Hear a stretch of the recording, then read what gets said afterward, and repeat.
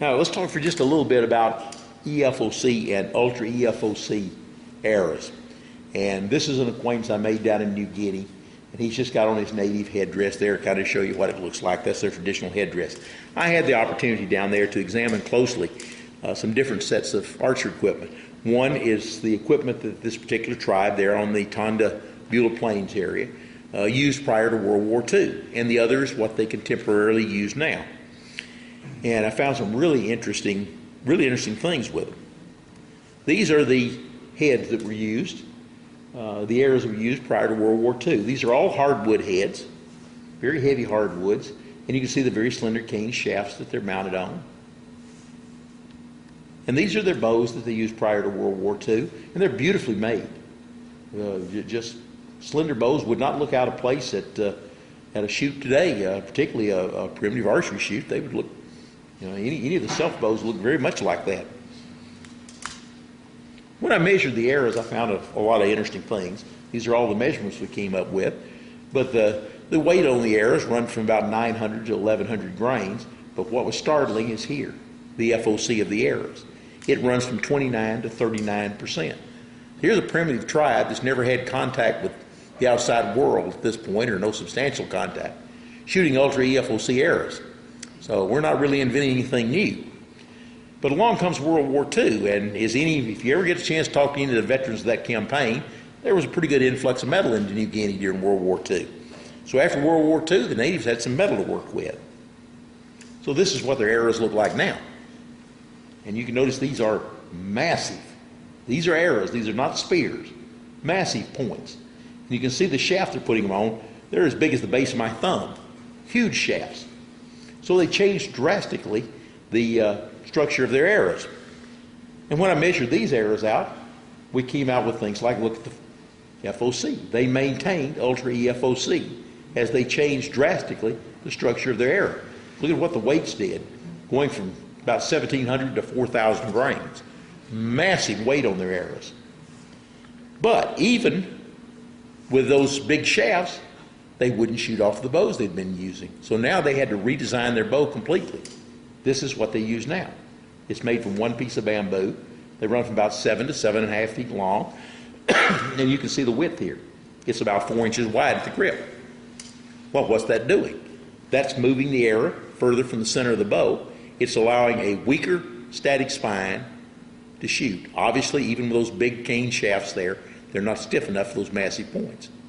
So the change in the arrow forced them to redesign their bow completely. They do spend a lot of time. They certainly understand tailoring. It was quite interesting to watch the village bowyer out there working. He knows what he's doing. Excuse me in a moment. Now this is my friend out showing his shooting form. This is out on the Beulah Plains, on the floodplains. You see he stands very square to his target. Other than that, his shooting form wouldn't look out of place at any traditional shoot. He anchors the corner of his mouth. He holds briefly. Very good form. They tend to hold 2 extra arrows. They usually carry 3 with them as they hunt. Out here in the back, see this herd of animals. These are rusa deer. The rusa deer inhabit the floodplains. They live out in the open, and they're herd animals. They're in large groups like that. The rusa deer and the feral pigs are the primary source of protein for this tribe. That's what they hunt all the time. And on this day, after he was showing me all this, they went out in the afternoon to get them a rusa deer. It took them about 3 hours, and they produced this one. This is the arrow he chose to use, and you see his bow there, he's kind of holding it at an angle to you, but this shot was at about 27 yards. The arrow he chose to use was that 3,900 and how many grains? 3,953 grains, and it was his highest FOC arrow at 42.6%. He only has the 5 arrows. Those are his 5 big game hunting arrows to choose from.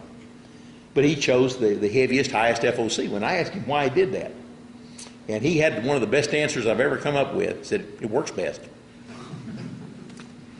So next time you hear somebody say that 700, 800, 900 grain arrow is just too heavy to hunt with, I want you to think about these natives. They consider 25 yards really good shooting distance. That's pretty typical of the distance they take these animals at. And these animals are hunted year-round. They're hard to hunt. They're spooky. And they think nothing of hunting in this open country and take them on a regular basis. So it took less than 4 hours for them to make this kill when they decide to go. So I would put their success rate with their equipment up against any modern bow hunter I've ever known in my life. And they're doing it with these huge arrows. How heavy a bow is that? I didn't have anything to measure with, but I judged it against my bow, and I would say that it was in the 80-pound range. The arrow velocity certainly looked below 100 feet per second. The other thing was there's no sound of the arrow in flight or the bow shooting either. It is dead quiet. I think that makes a big difference for him. The animal certainly didn't move. When he took the shot, it knew nothing was coming. No fletch on those arrows? Those are unfledged. Now they get away with that for two reasons. The very low velocity doesn't create much wind shear. And that high efoc, you don't have, well, we've got a little demonstration coming up here in just a minute. Makes a huge difference in the way the arrow flies. And they're practice arrows. They're blunts that they shoot. They were shooting out there at a tree that was about 10 inches in diameter at about 20 yards, and every one of them could hit it every shot. Which I bet we could take this group here and we go and get that. Yeah. But that was pretty typical of all the bows. They all seem to be in that 80-pound range. So I think that's typical of what all of them shoot.